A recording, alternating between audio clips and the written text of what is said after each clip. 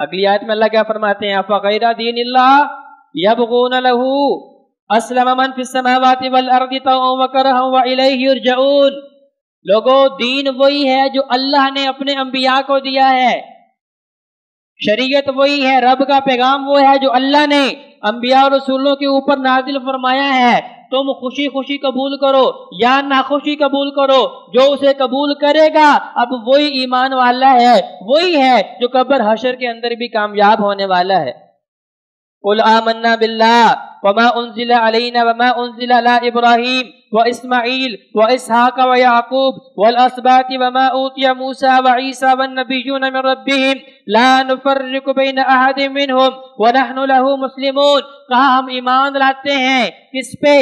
اللہ تبارک و تعالیٰ کے اوپر. اللہ نے پھر انبیاء کے نام ذکر کیے، ابراہیم، اسماعیل، اسحاق، یعقوب، کیونکہ یہ وہ نبی ہیں جن کی لڑی سے آگے نبیوں کا سلسلہ چلا ہے. والاسباط فرمایا ان کی ذریت. وما اوتی موسیٰ و عیسیٰ، اور موسیٰ اور عیسیٰ اور تمام نبی جو ہیں ہم کسی کے اندر فرق نہیں کرتے. لا نفرق بین احد منہم، یہ سارے اللہ کے لاڈلے پیغمبر ہیں، اللہ کی طرف سے نازل شدہ، ان کے اوپر شریعت نازل ہوتی ہے. وَنَحْنُ لَهُ مُسْلِمُونَ، ہم یہاں تک اقرار کرتے ہیں کہ اللہ نے ان کو نبوتیں عطا فرمائی تھی، لیکن جب اللہ نے اپنا آخری نبی جو ہے ہمیں عطا فرما دیا، اپنا آخری دین اسلام ہمیں عطا کر دیا، اب لہذا ہم ان کی بات نہیں مانیں گے، کسی اور جھوٹے کی بات نہیں مانیں گے. کس کی بات مانیں گے؟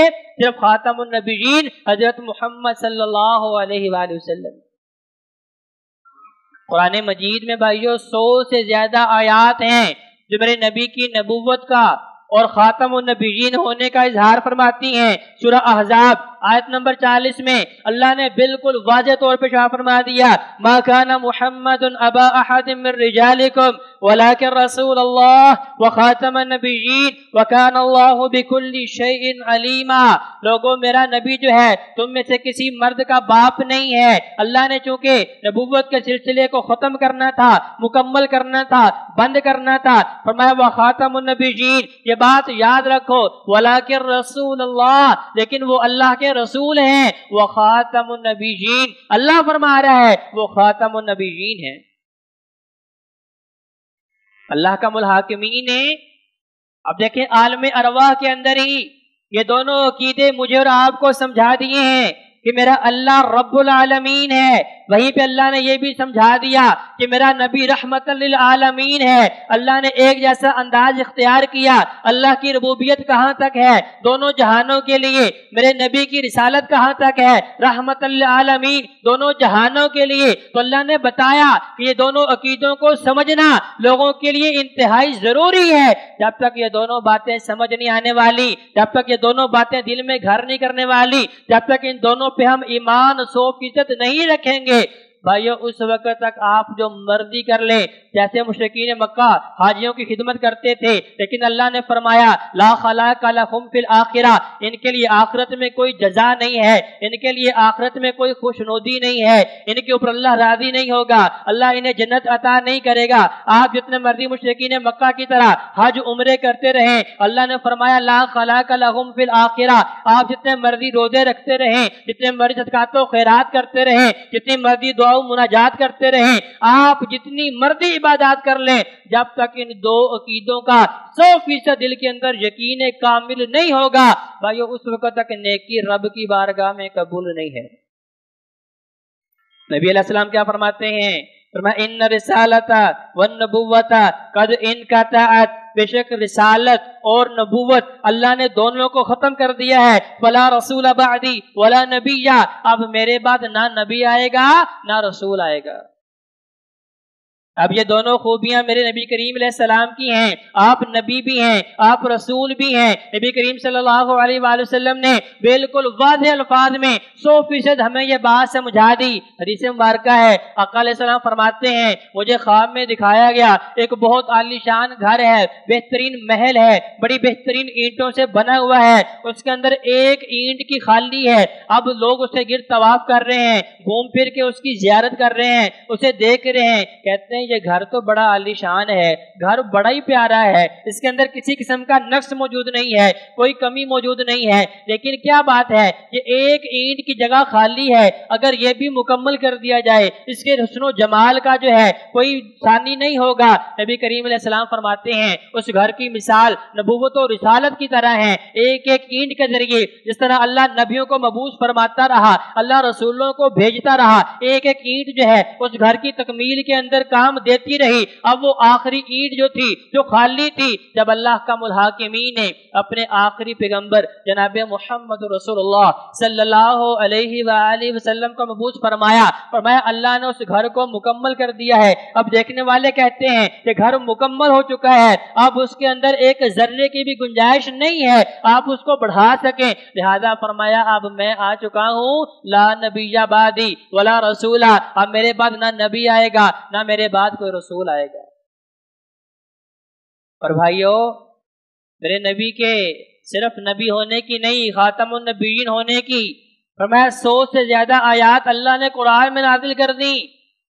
اس کی وجہ یہ تھی کہ اللہ یہ چاہتے ہیں لوگوں کے ذہنوں کے اندر یہ بات اچھی طرح بیٹھ جائے کہ اب نبی کے بعد، جیسے نبی صاحب نے فرمایا انا والساعۃ کہاتین، کسی نبی نے اس سے پہلے یہ اعلان نہیں کیا کہ بھئی قیامت ابھی میرے بعد آنے والی ہے، کیونکہ انہیں پتا تھا کہ اللہ نے قرار لیا ہے جب تک آخری نبی نہیں آ جاتا، جب تک خاتم النبیین نہیں آ جاتا اس وقت تک قیامت نہیں آنے والی۔ لیکن نبی علیہ السلام نے یہ اعلان فرمایا انا والساعۃ کہاتین، فرمایا میں اور قیامت ایسے ہیں، درمیان کے اندر کوئی چیز موجود نہیں ہے، فرمایا میں آ چکا ہوں، اب میرے بعد کوئی نبی رسول نہیں آئے گا، میرے بعد آئے گی تو صرف قیامت ہی برپا کی جائے گی۔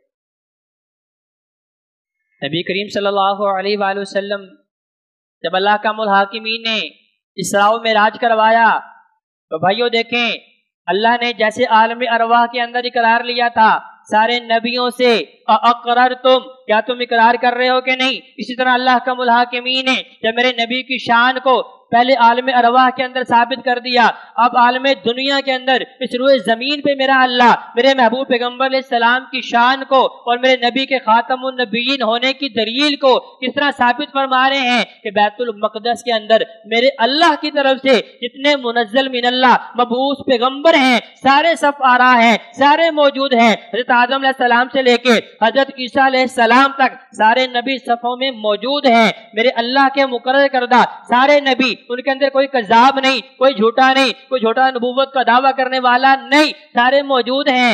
اب وہاں مسلح امامت پہ کھڑا کر کے بتا دیا کہ جو اقرار تم نے عالم ارواح کے اندر کیا تھا اب اس کو ثابت کرنے کا وقت دنیا کے اندر آ چکا ہے۔ نبی علیہ السلام کی امامت میں سب نے نماز پڑھ کے بتایا لا تؤمنن بہ، ہم پہ ایمان بھی لاتے ہیں، ولا تنصرن، آپ کی مدد کا وعدہ کر چکے ہیں، ان دونوں کے وعدوں کے اوپر ہم آج بھی قائم اور دائم ہیں۔